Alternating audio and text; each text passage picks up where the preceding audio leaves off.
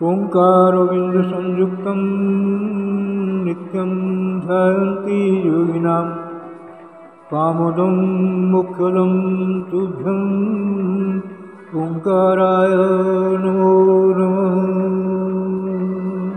गुरुब्रह्मा गुरुर्विष्णु गुरुदेव महेश्वर गुरु साक्षात् परं ब्रह्म तस्मै श्री गुरवे नमः। अज्ञानतिमिरान्धस्य ज्ञानाञ्जनशलाकया चक्षुरुन्मीलितं येन तस्मै श्री गुरवे नमः। अखण्डमण्डलाकारं व्याप्तं येन चराचरं तत्पदं दर्शितं येन तस्मै श्री गुरवे नमः। ध्यानमूलं गुरोर्मूर्ति पूजामूलं गुरोर्पदं मंत्रमूलं गुरोर्वाक्यं मुख्यमूलं गुरोर्कृपा।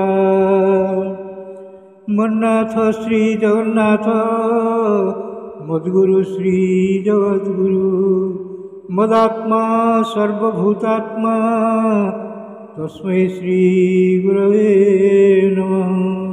जंगारु ब्रह्ममूर्ति प्रणवतनुधरं सर्ववेदान्तसारं भक्तानां कल्पवृक्ष भवजलतरणी सर्वतत्त्वानुतत्त्वं योगिनां हंसतत्त्वं हरिहरनमितं श्रीपति वैष्णवानां शैवानां भैरवश्च पशुपतिः परमशक्तितत्त्वं च शाक्तं बौद्धानां बुद्धसाक्षात् ऋषभजतिवर जैनसिद्धान्तसारं तं देव पातु नित्यं कलिकलुषहरं नीलशैलाधिनाथम्।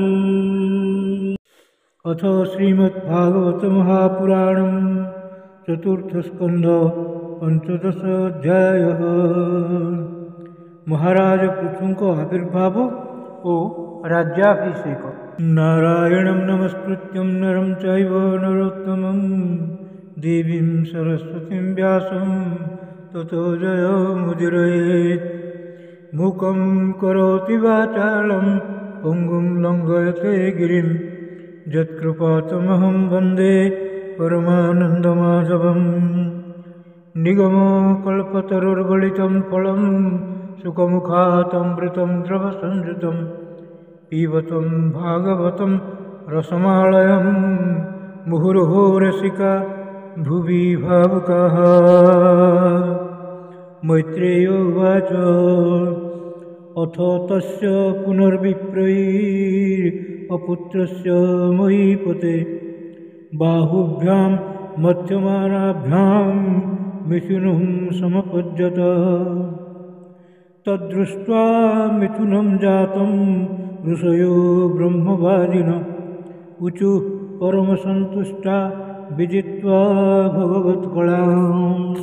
ऋषयोचुः एष विष्णोर्भगवतः कला भुवनपालिनी इयं च लक्ष्म्या सम्भूति पुरुषस्यानपायिनी। अत्र तु प्रथमो राज्ञं पुमान् प्रथयिता जसः पृथुर्नामो महाराजो भविष्यति पृथुस्रवः। इयं च सुदती देवी गुणभूषणभूषणा अर्चिर्नाम वरारोहा पृथुमेवावरुन्धति। एष साक्षात् हरेरंशो जातो लोकरिरक्षया इयं च तत्परा हि श्रीरनुजज्ञनपायिनी।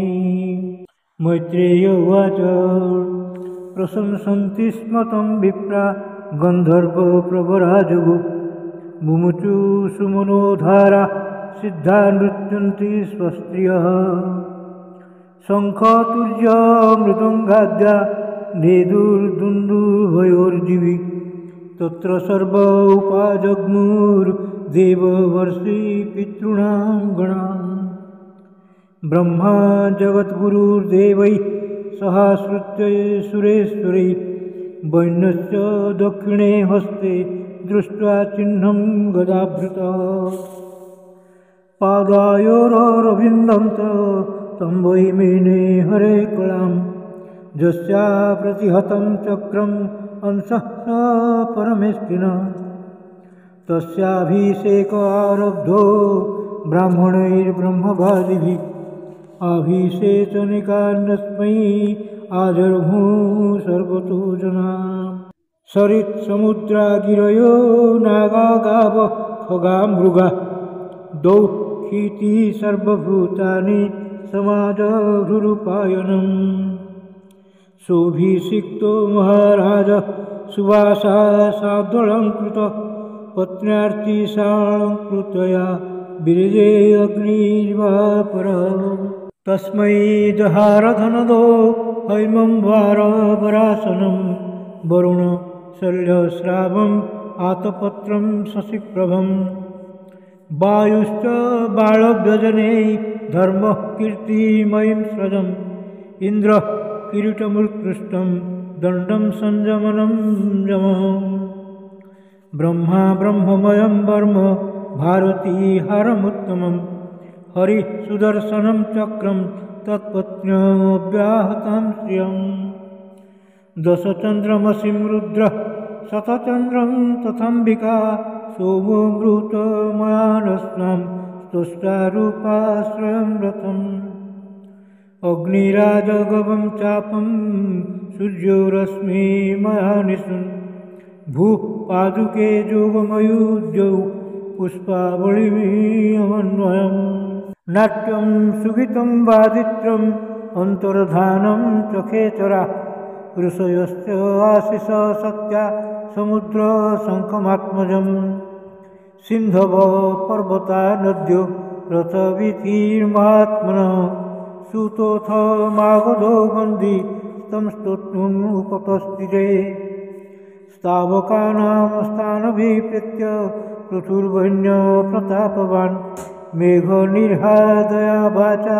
प्रहसन्निदमब्रवीत् पृथुर्वाच भूसूत हेमागध सौम्य बन्दिर्लोकेऽधुना स्पष्टगुणश्च मे स्यात् किमाश्रयो मे स्तव एष योज्यतां मामय भुवन् वितथा गिरोव तस्मात् परोक्षे स्मधुपस्तृण्यं करिष्यथ स्तोत्रम् अपि च वाचः सत्युत्तमश्लोकगुणानवादे जुगुप्सितं न स्तवयन्ति शब्दा महद्गुणानामात्मनि कर्तृमीशः कः स्तावकैस्तावते सतोऽपि तेस्या भविष्यन्निति विप्रलब्धो जनावहासं कुमतिर्न वेद प्रभो ह्यात्मनः स्तोत्रं जुगुप्स्यन्तीति विश्रुता ह्रीमन्तः प्रमोदारः पौरुषं वा विगर्हितम् वयं त्वविदिता लोके सुताद्यापि वरिमभि कर्मभिः कथमात्मानं गापयिष्याम बालवत् इति श्रीमद्भागवते महापुराणे पारमहंस्यां संहितायां चतुर्थस्कन्धे पृथुचरितनाम पञ्चदशोऽध्यायः भीमस्यापि रणे भङ्गो मुनेऽपि मतिभ्रमं यदि शुद्धम् अशुद्धं वा मम दोषो न विद्यते श्रीकृष्णार्पणमस्तु श्रीकृष्णार्पणमस्तु श्रीकृष्णार्पणमस्तु।